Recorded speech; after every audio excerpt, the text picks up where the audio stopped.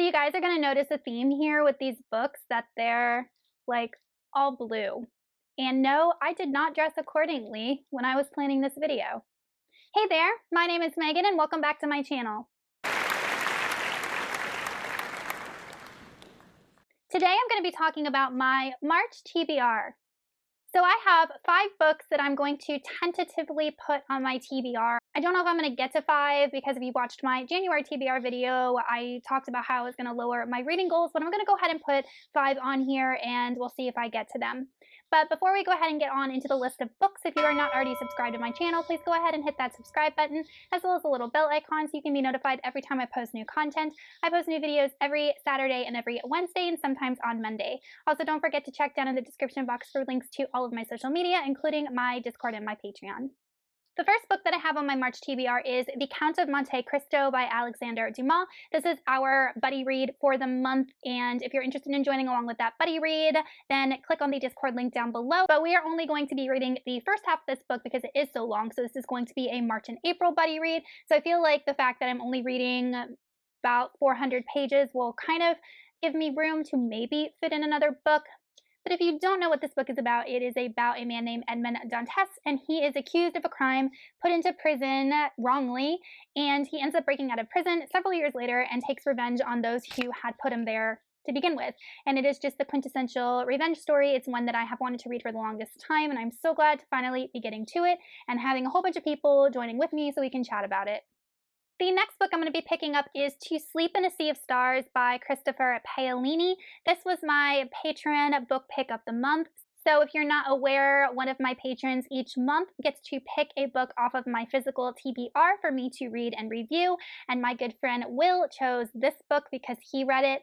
And I am really interested to see my thoughts on it based on what he thought about it. But I remember reading Aragon by Christopher Paolini. I'd never finished the series, but I have read Aragon, and I know that it's been like years and years and years since he's published a book, and this is sci-fi, and it's for adults. And I'm really interested to get into the story because I've heard such conflicting things. But first off, this is a beautiful cover, if anything, and even on the inside, like, it's just a gorgeous book. All I know about this book is we follow a girl named Kira, and Kira is on a colonizing mission, and upon this mission, she accidentally discovers this alien relic, and as she investigates this alien relic, kind of uncovers all of these questionable things about what they know about history and their interaction with themselves and aliens, and I think it kind of opens up this can of worms. That's really all I know about it, so not a whole bunch going into it. So I'm very excited to finally get to this book, so thank you, Will, for choosing it. The next book I'm going to be reading is The Arm of the Sphinx by Josiah Bancroft. This is book 2 in the Books of Babel series. I read Senlin Ascends in February and loved it so much. Gave it 5 out of 5 stars. I do have a full review for it if you guys are interested in checking that out. But in this book, we follow a guy named Thomas Senlin, and he and his wife were on their honeymoon at the Tower of Babel, and he basically loses his wife, so he's on this mission to get her back, and he has to kind of go through the different levels of the tower, and he just encounters all of these people and these situations that are just weird and bizarre. But the way that the first book ended just really set up for a good continuation of the series, and I've heard that the series only gets better, so I am so excited to continue reading the Books of Babel and following Senlin as he transforms as a character. The next book I'm going to be reading is Mad Ship by Robin Hobb. This is book 1 in the Live Ship Traders series, and if you guys are not aware, I am hosting a read-along for this series with a lot of awesome booktubers. I will go ahead and link the announcement video up in the cards for you guys, but we are going to be reading 1 book of the trilogy every month, so March will be Mad Ship, then April, and then May. And I read the Farseer trilogy in 2019 and absolutely loved it, and I'm so excited to be back in this world. And I've just heard that this is like a good seafaring type story, which I absolutely love. And we follow these ships that are kind of like sentient ships, you know, live ships. That's really all I know.